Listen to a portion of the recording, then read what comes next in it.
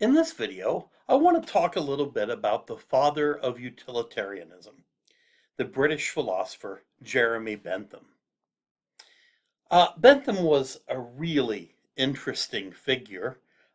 Personally, he was a prodigy, like a child genius, who learned Latin by the age of 4, started college when he was 12, graduated college at 15, and finished law school and was admitted to the bar while still a teenager. Despite all this, he never practiced law. Rather, he spent the majority of his career writing commentaries on legal and social reform, things like prison reform, voting rights, the rights of women, judicial reform, education reform. And of course, he is best known today for this ethical theory called utilitarianism. And that's essentially what this video is going to be about. Um, I will take a quick sidebar here to show you this picture. Some of my students really enjoy seeing this picture. Others might be a little grossed out, so I promise I won't spend too much time sharing this. But this is Jeremy Bentham. That is to say, this is his embalmed body as it looks today in University College in London. And if you go to University College in London, you can go visit Jeremy Bentham's body. He is there preserved behind glass. He donated his body to the university. It's sitting right outside of the philosophy department, by the way. You might notice a couple of interesting things in this photo. I mean, the whole thing's pretty interesting. But you'll see that the head, that is to say, the head atop his shoulders, is very well preserved. Well, that's because it is not his head. In fact, that is a wax head. The reason that a wax replica of his head was made is that his real head was stolen.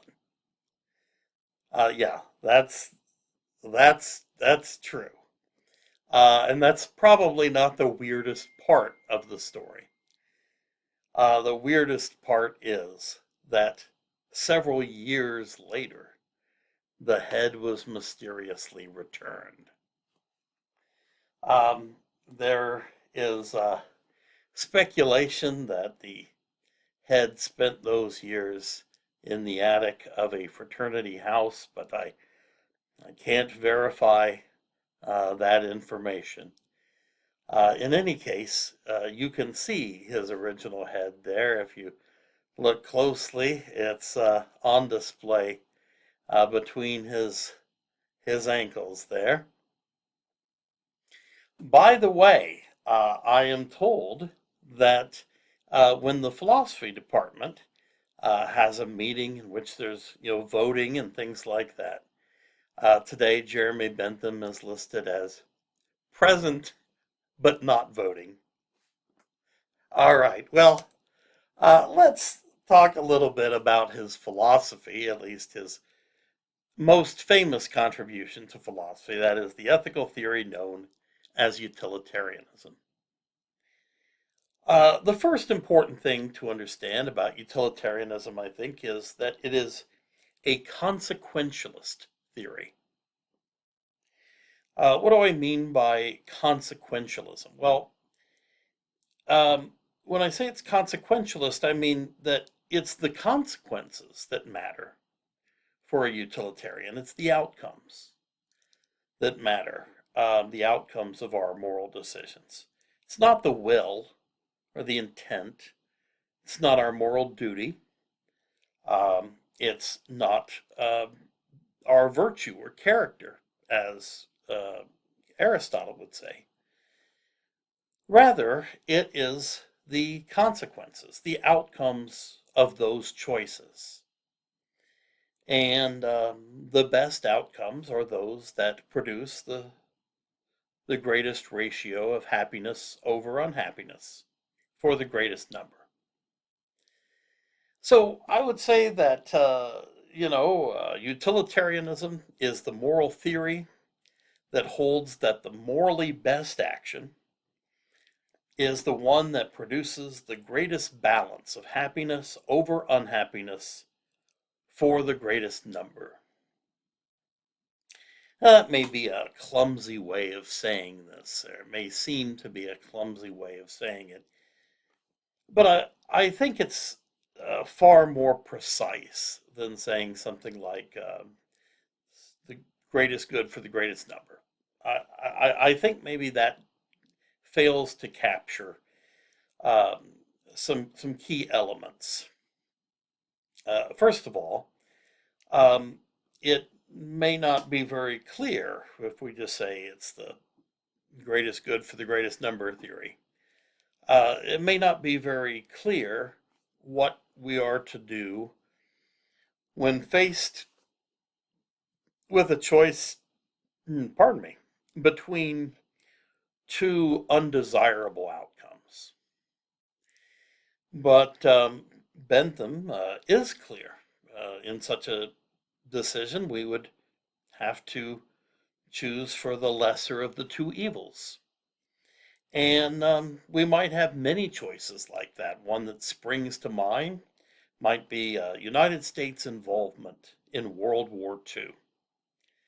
So, as anyone who has served could probably say, as my father, who served during the Korean War and was alive during World War II, could tell us, war is a terrible, terrible thing.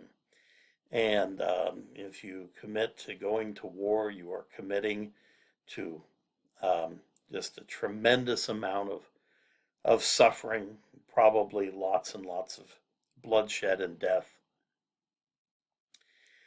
However, the option of letting the Nazis win and letting the Nazis take over all of Europe and maybe all of the world uh, would likely have been an even worse outcome.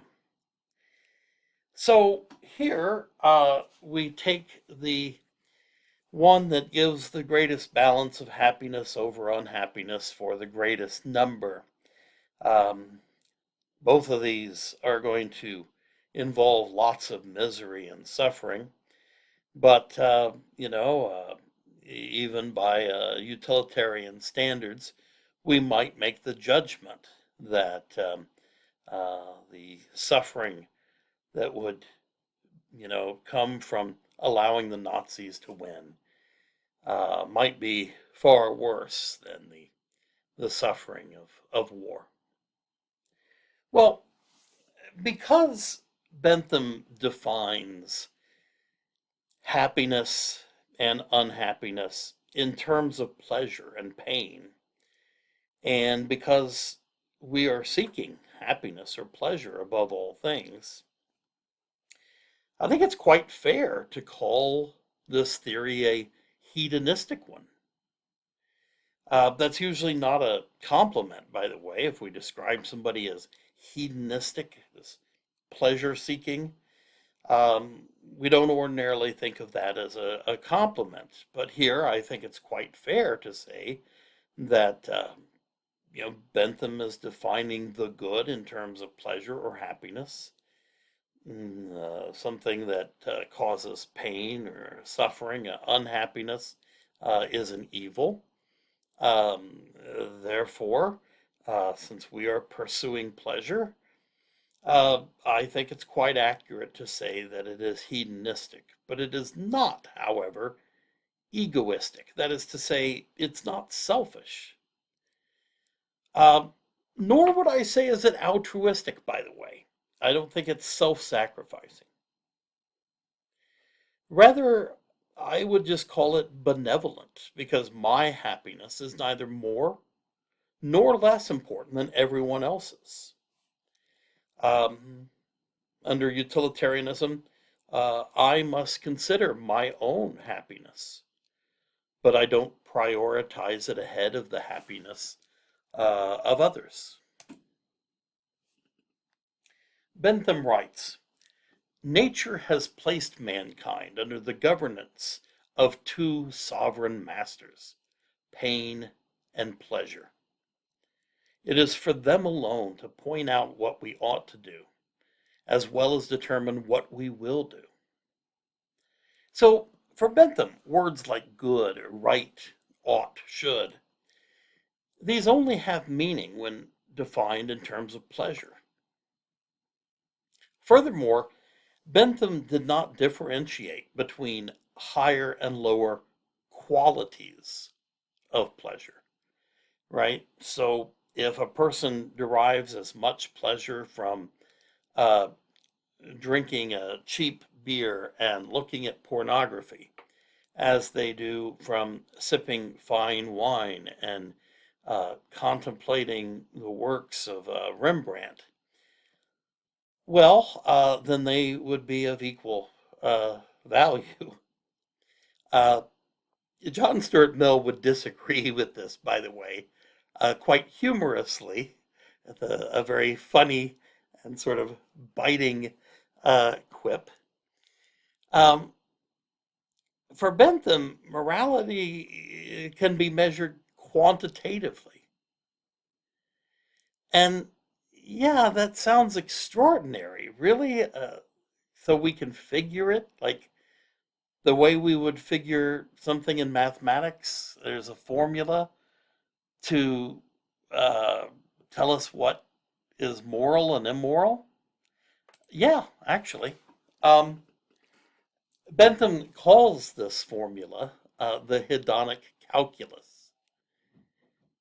And let's do a quick hedonic calculus together now. Well, let's say that there are these three students. There's James and David and Mary Ann. And, it's that time of the semester when students are often feeling burned out. And so they're, needing to recharge their batteries. So James and David and Mary Ann decide that they're going to get together on Friday night and do something fun. And James suggests a movie, and David suggests dinner, and Mary Ann says, well, I know about this party. Well, Friday rolls around, and they still haven't decided what they're going to do, so they're all discussing this. And so what they do is they all assign a value to their expectations. How much pleasure on a scale of 0 to 10, how much pleasure do they think each of these things would give them? So you see James there gives movie a 7, and dinner 4, and this party a 5, right? And of course, when we're talking about a movie, we're not talking generically about any movie. We're talking about going to see a specific film, going to have dinner at a specific restaurant, going to a specific person's party. Well, James gives those answers. David gives 2 to the movie, 8 to the dinner. He's sort of a foodie there, and 3 to the party. Marianne, who suggested the party, gives 5 to a movie and 1 to dinner, and a -1 now to going to a party. Sometimes you're just not in the mood for a party. I know how Marianne feels. I'm that way sometimes.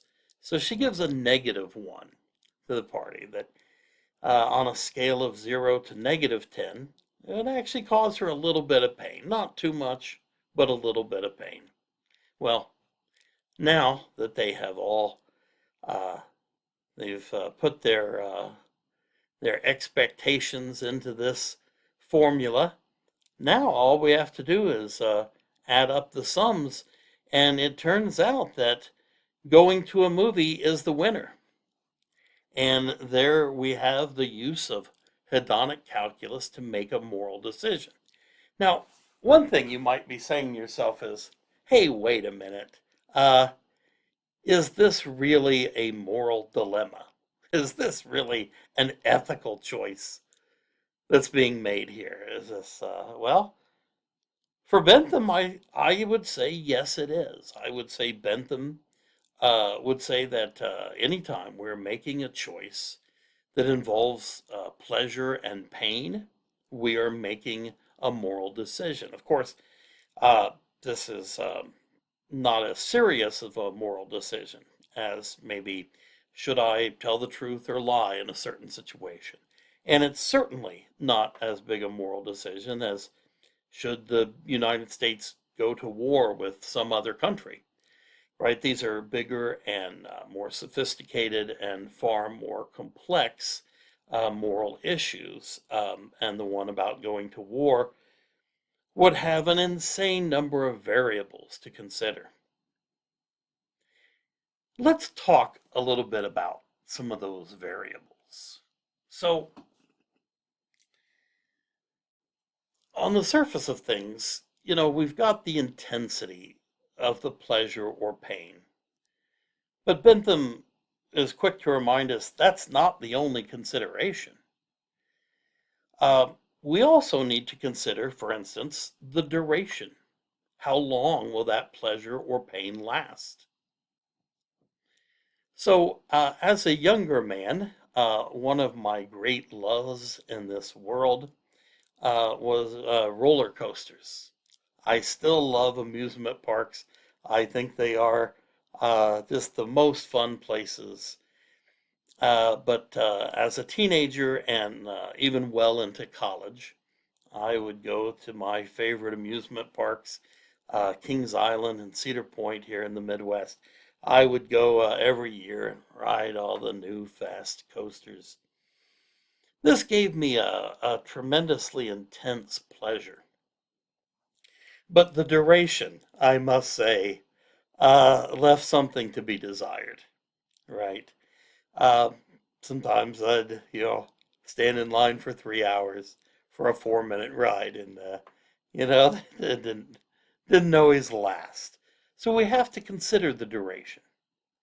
Also, we need to consider the certainty. How certain are we that this action is going to produce the pleasure or pain that we think? If I go to see a new movie, yeah, it's pretty uncertain whether I'm going to enjoy the film or not. If I put on Bull Durham, I'm probably going to enjoy it. I mean, I know I'm going to enjoy it.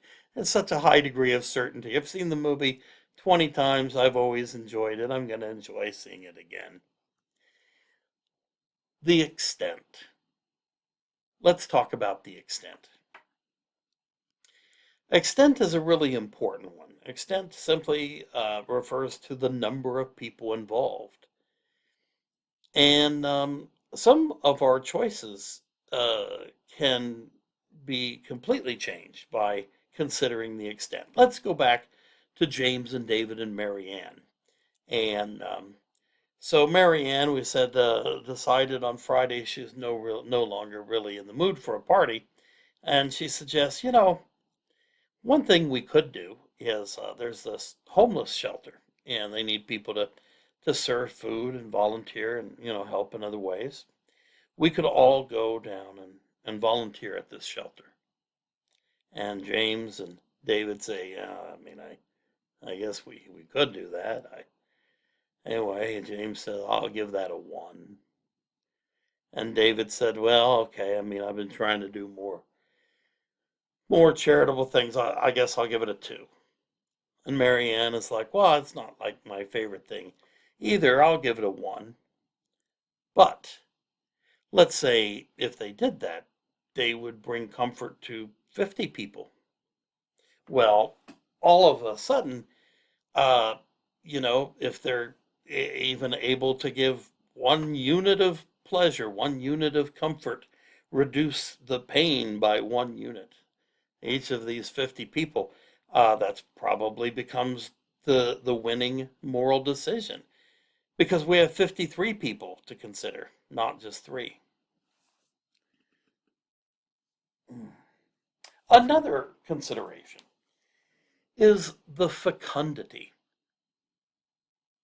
I want to talk about this one for a couple of reasons. One, I think this one is really important.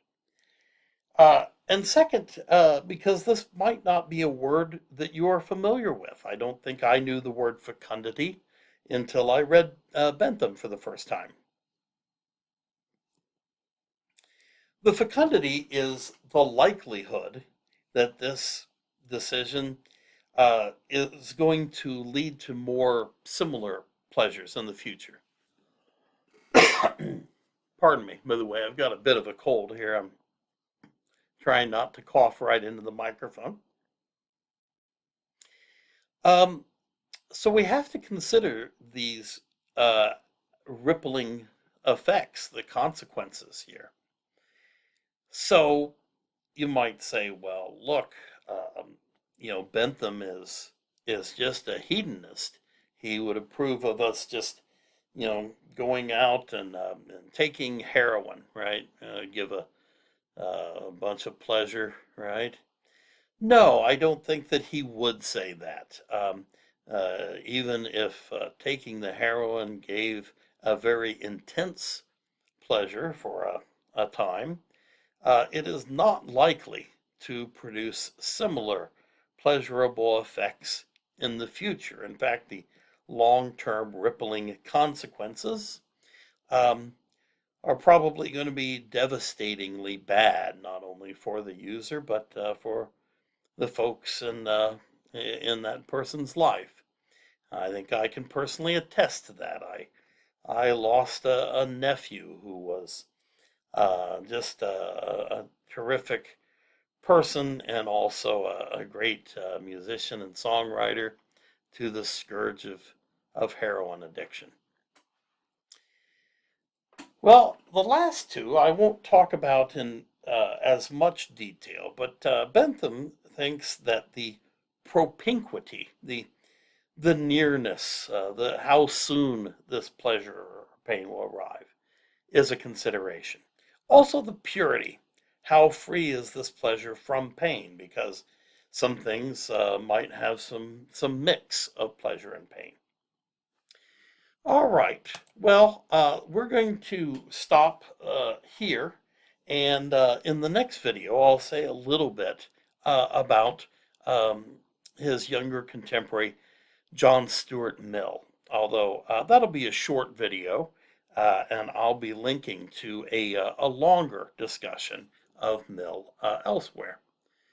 So that's it for this one. See you in the next video. Cheers.